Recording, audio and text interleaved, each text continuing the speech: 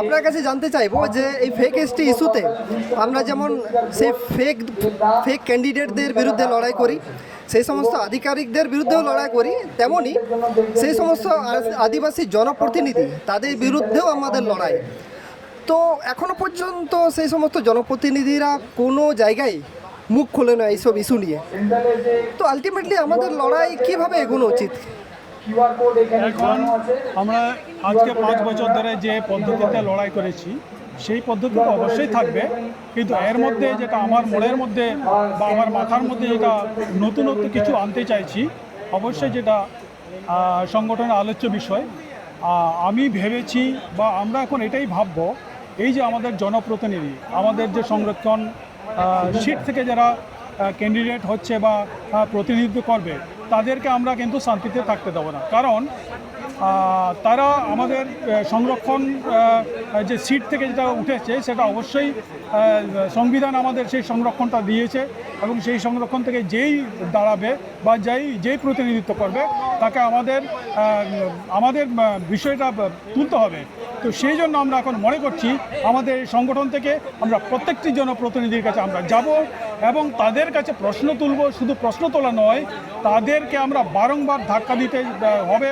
যেই পাওয়ারে আসুক, যে কোনো দল পাওয়ারে আসুক, পাওয়ারে আসলেই তাকে দায়িত্ব নিতে হবে, আর দায়িত্ব নিলেই আমরা তাকে বাধ্য করাবো। এবং সেই জন্য আমরা এখন নতুন যে এডিশনটা করতে যাচ্ছি সেটা হচ্ছে প্রত্যেকটা জনপ্রতিনিধির কাছে, কল্যাণ সমিতির সদস্য আমরা যাব, আমাদের সমস্যা বলবো এবং তাদেরকে কাজ করার জন্য যতটা আমাদের যা প্রয়োজন হবে সেটা আমরা করতে থাকবো।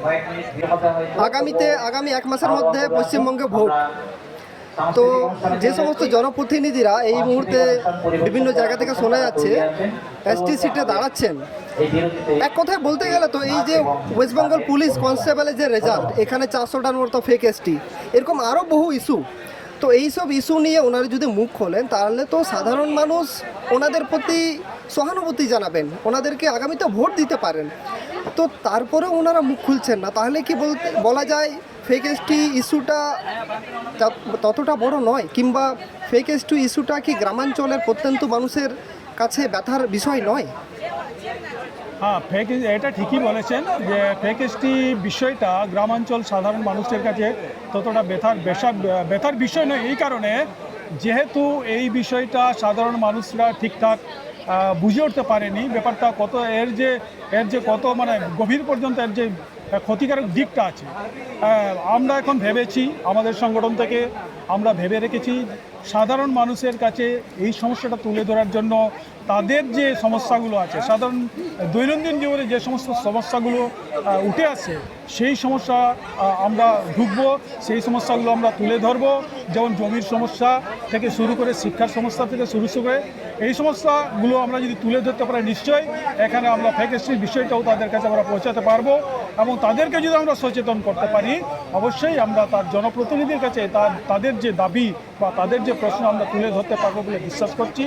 এবং হয়তো সময় লাগবে, কারণ আদিবাসী মানুষ মানেই একটু সচেতন অভাব, একটু সময় সাপেক্ষ হলেও আমরা লেগে থাকবো। ইন ফিউচার আমরা এটা একটা অ্যাচিভমেন্ট পাবো বলে আমি বিশ্বাস করছি এবং আমরা এগিয়ে যাব। আপনাকে লাস্ট প্রশ্ন, আজকে আপনারা বর্ধমানে রাজ্য সম্মেলন করলেন, তো নিশ্চয়ই আগামীতে আপনাদের বেশ কিছু পরিকল্পনা থাকবে, তার মধ্যে কিছু পরিকল্পনা আপনি যদি বলতে চান, সেই পরিকল্পনাগুলো কীরকম? আমাদের যে পরবর্তী পরিকল্পনা বলতে, আমাদের যে এখন সেন্ট্রালি বা রাজ্য কমিটি যেটা চেঞ্জ হচ্ছে, তাদেরকে নিয়ে আমরা যে ভার্চুয়াল মিটিং করব এবং মিটিং করার পর আমরা সিদ্ধান্ত নেব। এবং তার মধ্যে হচ্ছে এর মধ্যেই আশা করি যে ইলেকশন হয়ে যাবে, বিধানসভা ইলেকশন, এবং তাদের কাছে বিশেষ করে যে আদিবাসী মন্ত্রী হবেন তাদের কাছে আমরা যাব, এমএলএদের কাছেও যাব।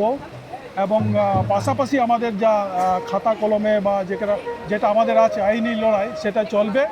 এবং আরেকটা বিষয় হচ্ছে, আমরা দেখছি যে এনসিএসটি যে আছে দিল্লিতে, সেই এনসিএসটির কাছে আমরা আমাদের সংগঠন পক্ষ থেকে ফিজিক্যালি এপিআর হয়ে আমাদের সামগ্রিক বিষয়টা আমরা তুলে ধরার জন্য আমরা সংগঠনে আলোচনা করব। আমরা দিল্লিতে যাওয়ার একটা পরিকল্পনা রাখবো, এটাই আমাদের আপাতত পরিকল্পনা আছে।